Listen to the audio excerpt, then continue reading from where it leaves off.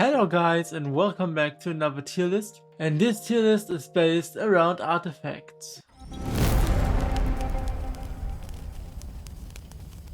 So yeah, this tier list is around artifacts.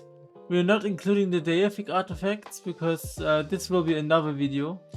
But yeah, we're ranking all the artifacts today. And yeah, starting with the one of the most OG ones, which is Demon Bell. I mean, Demon Bell is a pretty much must-have. The energy feed is really crazy. You need 4 splendid Demon Bells to make constant energy feed, maybe 5, I don't... But the energy feed is very strong, so this is a must-have. You need 4 of them, so you need quite a lot.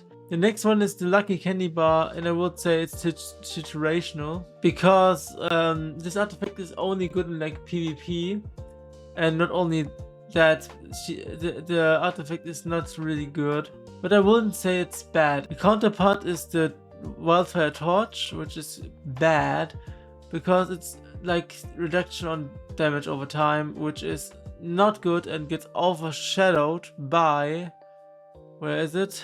By the Gauntlet. And then the next one is Kiss of Ghost. I would say it's bad, because Kiss of Ghost gets really outshadowed by many artifacts in that category. The Kiss of Ghost has attack, armor, break, and HP, which is not bad. But when the hero releases active skill or basic attacks, restore self HP of damage dealt, which is just a little bit attack, a little bit armor, break, and HP, and just healing. No, this is bad. We don't want this, so it's a bad artifact to get. Don't get the what was it called again? I'm so stupid. A Kiss of Ghost. So don't get the Kiss of Ghost, it's not worth it. The next one we have is the Endless Cane. And Endless Cane in this state is good to have. It's not a must-have, because the must-have will be the deific version. Also, let's put every flag in situational, because other than talents you're not using a flag, so it's situational. Maybe better than the Lucky Candy Bar, because you actually use flags. Then we have the Gilded Purple Fan. It's optional, you don't need it, but it's pretty good to use.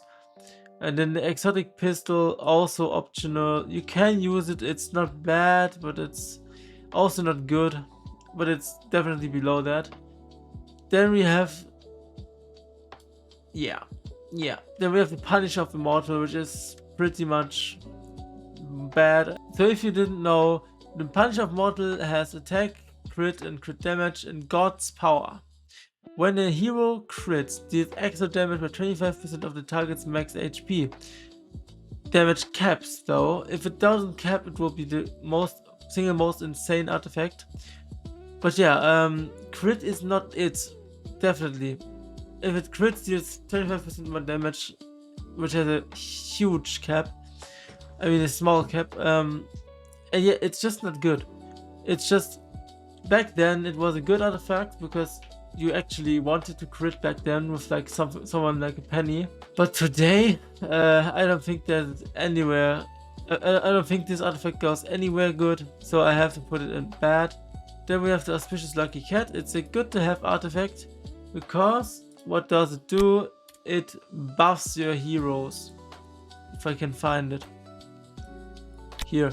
It has control immunity, which is nice. HP and all damage reduction, which is nice for support hero.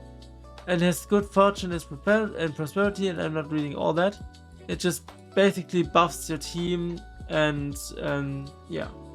If you have like 5 of them with a main damage dealer like wearing a melodic strings, you can be very strong in like Void Invasion bosses. So yeah, it's a good to have artifact. It's not the best one, it's not a must-have, to be honest.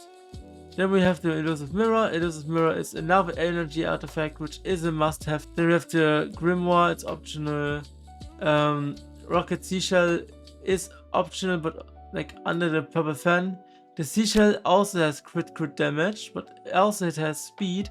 It just buffs your hero, which is nice, but it's not the best, I would say, so it's optional. You can run it for, like, if you don't need energy, you can run this one. This one is really good.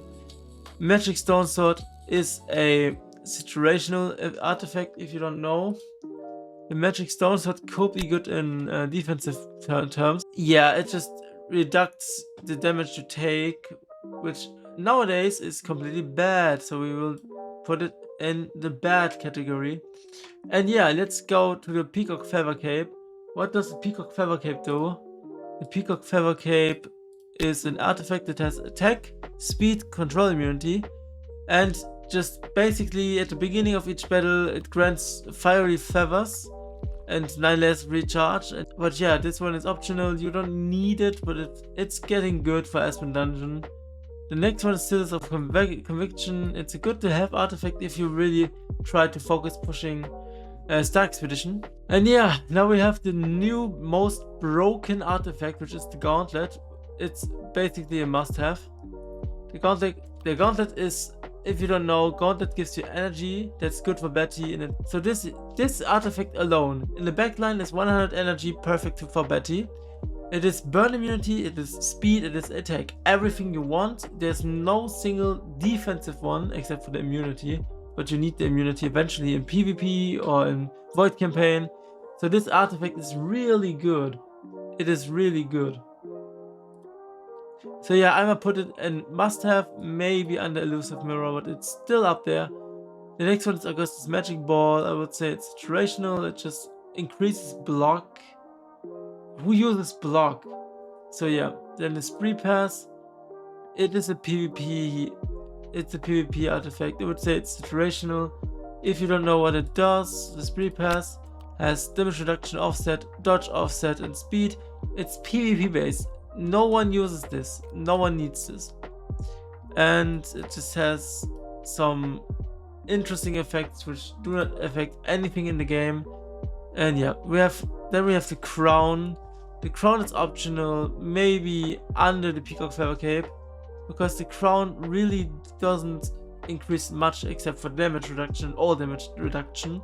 And then we have the Melodic Strings, which is the most useful must-have artifact. If you're just starting your account, you want to have a glittery Melodic Strings at least. So because of Wukong, because of most damage dealers all use this artifact, and it's pretty much PvP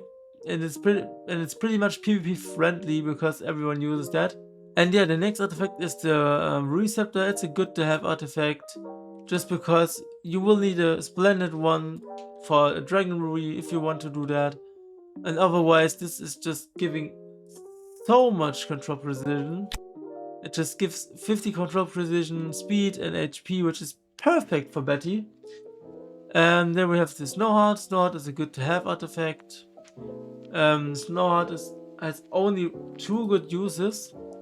Snowheart has the control immunity, HP, and energy, which has the effect Piercing Frost. That means at the beginning of the battle or at the end of each round, there's a chance to inflict frost, and frost is reduced the target's speed.